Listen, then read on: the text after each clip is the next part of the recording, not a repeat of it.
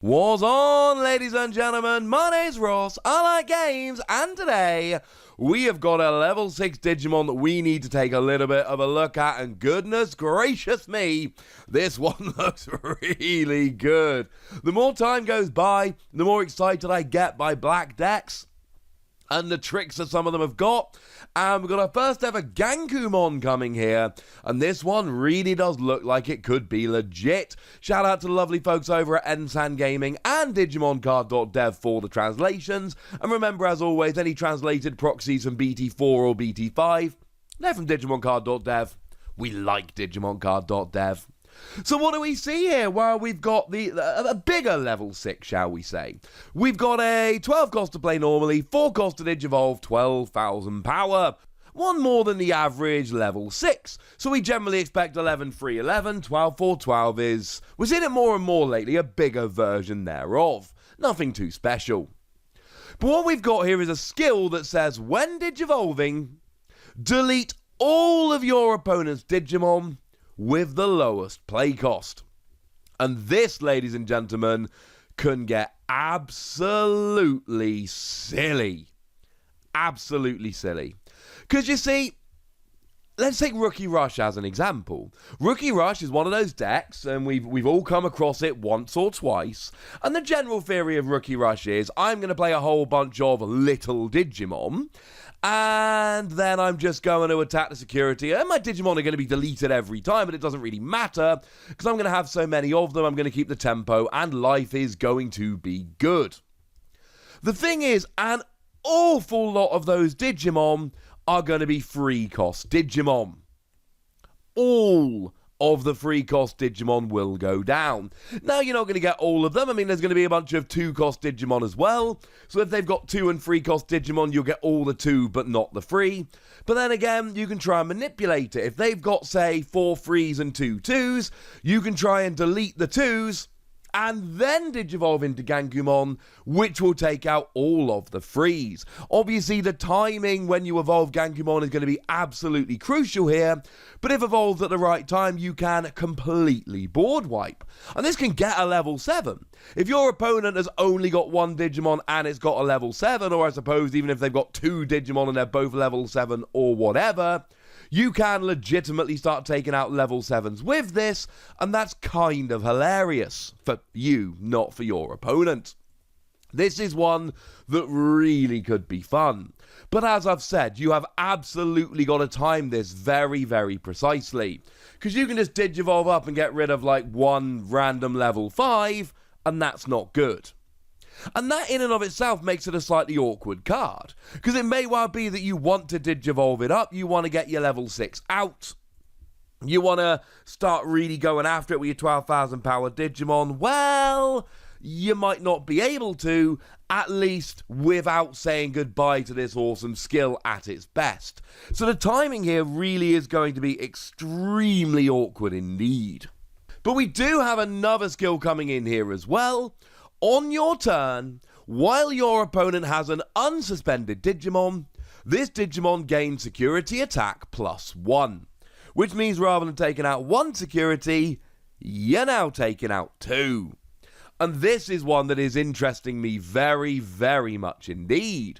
Now, it's not just security attack +1, but I get the feeling if it was just security attack +1, it would be too good. So they put a condition on it. Yeah, fine, you get security attack +1, but only if your opponent has an unsuspended Digimon. But now we get to an awkward situation. Because if your opponent has an unsuspended Digimon, great news, you've got security attack +1. So what can they do? Well, they can try and make sure that they've always got no unsuspended Digimon. They can make sure that all of their Digimon are suspended, and if all their Digimon are suspended, you don't get security attack +1.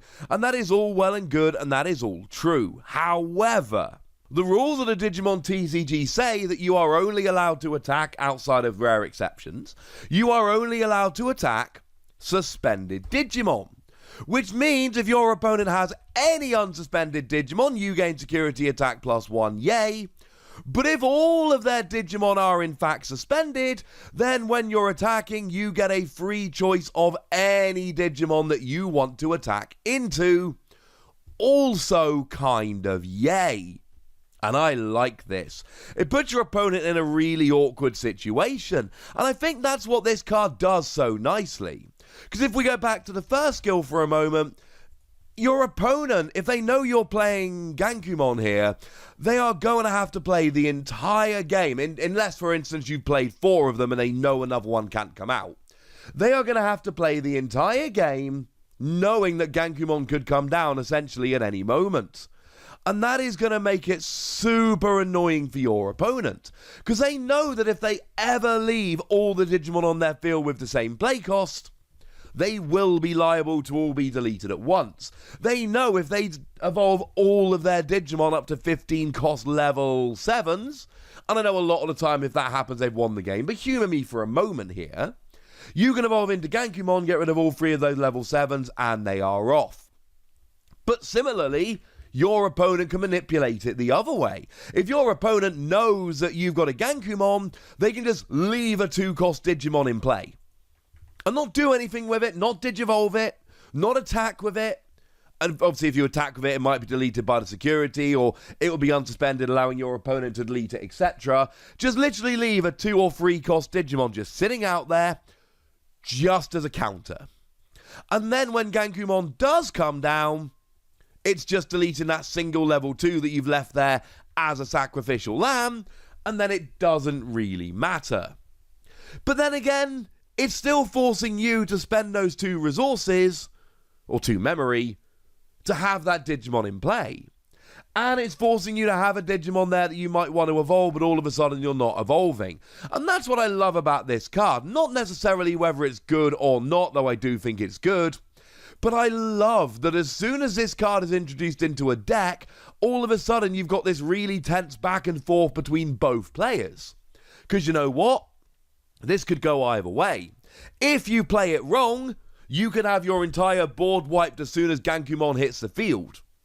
But if you play it right, Gankoomon comes down and deletes 1 2-cost or 3-cost Digimon. Or maybe Gankoomon never comes down because you never leave your opponent in a good position to play it. And even when it does come down, they never end up having security attack +1. There is such a great back and forth here, in that both of these skills can absolutely be countered, but going to the effort of countering them might be too much. Making sure your Digimon are always suspended can be punished. Making sure that you've always got a 2 or 3 cost Digimon out essentially as a fuse to break when Gankoomon comes into play is basically just taking a whole bunch of resources that you might not want to do. What are you going to do if you've got a level 4 in hand and your only level 3 in play is the one that you've put down there as a buffer against Gankoomon? Are you going to evolve that level 3? You evolve, you've now got a level 4 out, and you get to draw a card, and you've got a level 4 out at that stage. Or do you not digivolve up because you know doing so puts you in an awkward position where you are then at the mercy of your opponent? And that's kind of my point here, and that is why I love this card. I like it in terms of playability, it's kind of fun, but I'll tell you something for nothing, ladies and gentlemen, I like it so much more for the awkward back and forth it gives you. And I do think this is a card that is going to reward skilled players, patient players, people who really know what they're doing. If dropped correctly, if used right, Gankoomon is an absolutely devastating card. And the fact of the matter is, if you are terrified of your opponent leaving a 2 or 3 cost Digimon in play as a buffer, play something that can attack unsuspended Digimon, or play an option card that will delete a Digimon or lower power or something along those lines. Play something as a counter to their counter, so to speak. Play something that can suspend their Digimon so that you can always make sure you can activate this skill to get security attack +1. I mean, take the option card Dark Roar, for instance, from BT4. 3-cost option card, delete one of your opponent's Digimon with a play cost of 3 or less. For every D-Brigade type Digimon you have, increase the targetable play cost of this effect by 1.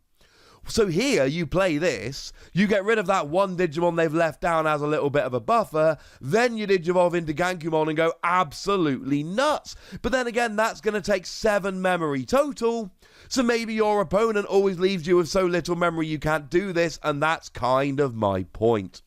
This is a genuinely brilliant card that can absolutely flip the game completely on its head. But it's also a super awkward card to play, which could end up not being good enough if your opponent plays around it. And I love this. I'm giving it 4 wasps in terms of playability, because it is a great card, but it is also one that can be teched against and played around. But I'd like to know what you think. So let me know in the comment section, would ya? Go nuts! Be nice! And then make sure you like this video, subscribe to this channel, follow me on Twitter at TheWasi. That's where we talk Digimon and a whole bunch of other card games. And please do consider checking out patreon.com/PTCGradio, where you can support the channel, get some bonus podcasts and all kinds of fun things. But by far the most important thing as always, look after yourselves till next time, would ya? Thank you very much for watching. My name's Ross, and you've been watching Wasi Plays.